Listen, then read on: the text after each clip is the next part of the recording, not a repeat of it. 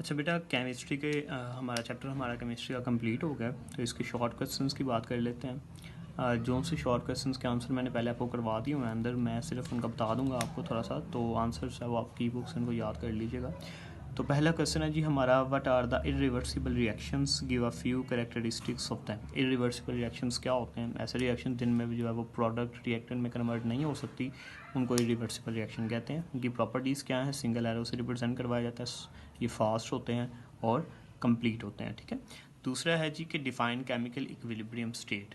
Chemical equilibrium state एक ऐसी state के जिसमें जो फॉरवर्ड रिएक्शन है वो रिवर्स रिएक्शन के बराबर हो जाए, उस ये स्टेट को हम लोग जो है वो केमिकल इक्विलिब्रियम स्टेट कहते हैं। ये भी क्वेश्चन हम लोग पहले अंदर पढ़ चुके हैं। आगे क्वेश्चन नंबर 3 है जी, give the characteristics of the reversible reaction. Reversible reaction की क्या कैरेक्टरिस्टिक्स हैं जी? डबल एरो से रिप्रेजेंट करवाया जाता है, उसके बाद ये कंप्लीट नहीं होते और स्लो होते हैं।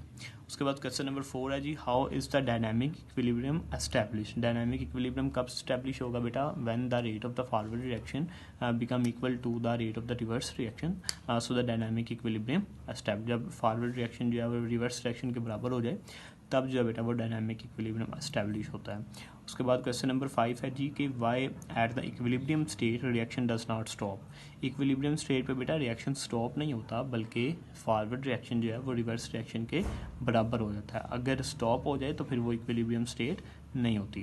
क्वेश्चन नंबर 6 है जी कि why is the equilibrium state attainable from the either way. Macroscopic characteristics में हमने पढ़ा था कि हम लोग चाहे रिएक्टेंट से स्टार्ट कर लें, चाहे प्रोडक्ट से स्टार्ट कर लें। जैसे ये क्वेश्चन नंबर 9 में जो है वो एग्जांपल लिखी हुई है ना, तो आप लोग इसमें चाहे जो है वो हाइड्रोजन आयोडाइड से स्टार्ट कर लें या फिर हाइड्रोजन और आयोडीन से स्टार्ट कर लें, तो जहाँ से मर्जी स्टार्ट करें इक्विलिब्रियम आपके पास सेम वही अटेन होगा। अच्छा जी, आगे क्वेश्चन नंबर 7 है जी कि what is the relationship between the active mass and the rate of reaction. Law of mass action में हमने पढ़ा था, the rate of the chemical reaction is directly proportional to the active mass. ठीक है, तो रेट ऑफ रिएक्शन जो है वो एक्टिव मास के डायरेक्टली प्रोपोर्शनल होता है। नॉर्मल इसको समझने के लिए हम लोग ये कह सकते हैं कि अगर 1 किलो पानी के अंदर या 1 लीटर पानी के अंदर आप लोग जो है वो नमक थोड़ा सा डिज़ोल्व करना चाहें, तो वो जल्दी डिज़ोल्व होगा as compare to the half litre of water. तो एक्टिव मास ज़्यादा कर देंगे तो रेट ऑफ रिएक्शन भी ज़्यादा हो जाएगा। एक्टिव मास ही होता है बेटा अमाउंट ऑफ द रिएक्टेंट्स। आगे क्वेश्चन नंबर 8 है जी कि derive the equilibrium constant expression for the synthesis of ammonia from the nitrogen and hydrogen. के नाइट्रोजन और हाइड्रोजन जो है वो मिलकर अमोनिया की फॉर्मेशन करवा रहे हैं, और इस रिएक्शन के लिए आपने केसी निकालना है। तो आप लोग जानते हैं जी कैसे केसी निकालेंगे। प्रोडक्ट ऊपर लिखेंगे, नीचे रिएक्टेंट्स लिखेंगे और केसी निकालेगा। ठीक है, आगे क्वेश्चन नंबर 9 में ये दो इक्वेशंस दी गई हैं, इन दोनों में केसी की वैल्यू अब आपने खुद निकाल के जो है वो लिखनी है। क्वेश्चन नंबर 10 है जी कि how the direction of the reaction can be predicted. Direction of reaction कैसे निकाल सकते हैं? तो ये इंपॉर्टेंस ऑफ केसी में हमने पढ़ा था कि direction of reaction can be predicted by comparing the value of Q C with K C. ठीक है, अगर क्यू सी की वैल्यू छोटी है, के सी की वैल्यू बड़ी है, तो रिएक्शन फॉरवर्ड होगा। क्यू सी की वैल्यू बड़ी है, के सी की वैल्यू छोटी है, तो रिएक्शन रिवर्स होगा। दोनों बराबर होंगे तो रिएक्शन जो है वो इक्विलिब्रियम पे होगा। क्वेश्चन नंबर 11 है कि how can you know that a reaction has achieved an equilibrium state. जब rate of forward reaction rate of reverse reaction के बराबर हो जाए, या क्यू सी जो है वो के सी के बराबर हो जाए, तो हमें ये पता चल जाता है भाई हमारे रिएक्शन ने इक्विलिब्रियम अटेन कर लिया है। क्वेश्चन नंबर 12 है जी कि what are the characteristics of a reaction that establish equilibrium state at once. एक रिएक्शन ने इक्विलिब्रियम अटेन कर लिया हुआ है, उसकी क्या प्रॉपर्टीज़ होंगी? प्रॉपर्टीज़ ये होंगी कि उसमें रिएक्टेंट्स प्रोडक्ट के इक्वल हो जाएंगे, रेट ऑफ फॉरवर्ड रिएक्शन जो है वो रेट ऑफ रिवर्स रिएक्शन के बराबर हो जाएगा।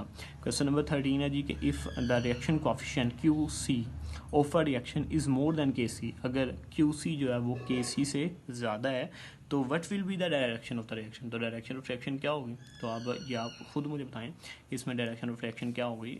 मैं ऊपर आपको बता चुका हूँ कि अगर क्यू सी की वैल्यू ज़्यादा है, के सी की वैल्यू छोटी है, तो रिएक्शन जो है वो रिवर्स होगा।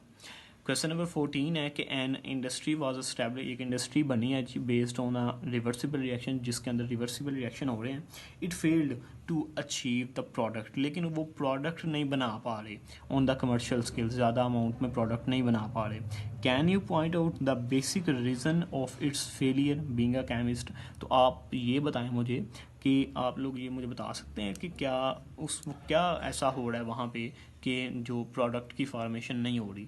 तो बेटा जो केमिस्ट वहाँ पे काम कर रहा है उसने जो है वो केसी की वैल्यू नहीं देखी। जो रिएक्शन वो करवा रहा है ना, उस रिएक्शन में केसी की वैल्यू बहुत छोटी है, तो हमने पढ़ा था अगर के सी की वैल्यू बहुत छोटी हो तो प्रोडक्ट की फार्मेशन ज़्यादा नहीं होती, प्रोडक्ट की फार्मेशन जो है वो कम होती है। ठीक है, तो यही उसको पता नहीं है, इसलिए वहाँ पे इंडस्ट्री के अंदर जो है वो प्रोडक्ट की फार्मेशन नहीं हो रही। अच्छा, अब ये शॉर्ट क्वेश्चन हमारे हो गए, बड़े इंपॉर्टेंट शॉर्ट क्वेश्चन हैं, ये आते हैं पेपर में, अच्छी तरह से आपने इनको याद करना है। जो एक्सटेंसिव क्वेश्चन है बेटा ये चारों हम लोगों ने किए हुए हैं। ठीक है, इनको पढ़ लीजिएगा, कोई मसला हुआ तो दोबारा पूछ लीजिएगा कल इंशाल्लाह, फिर हम लोग जो है ना चैप्टर नंबर 2 स्टार्ट करेंगे।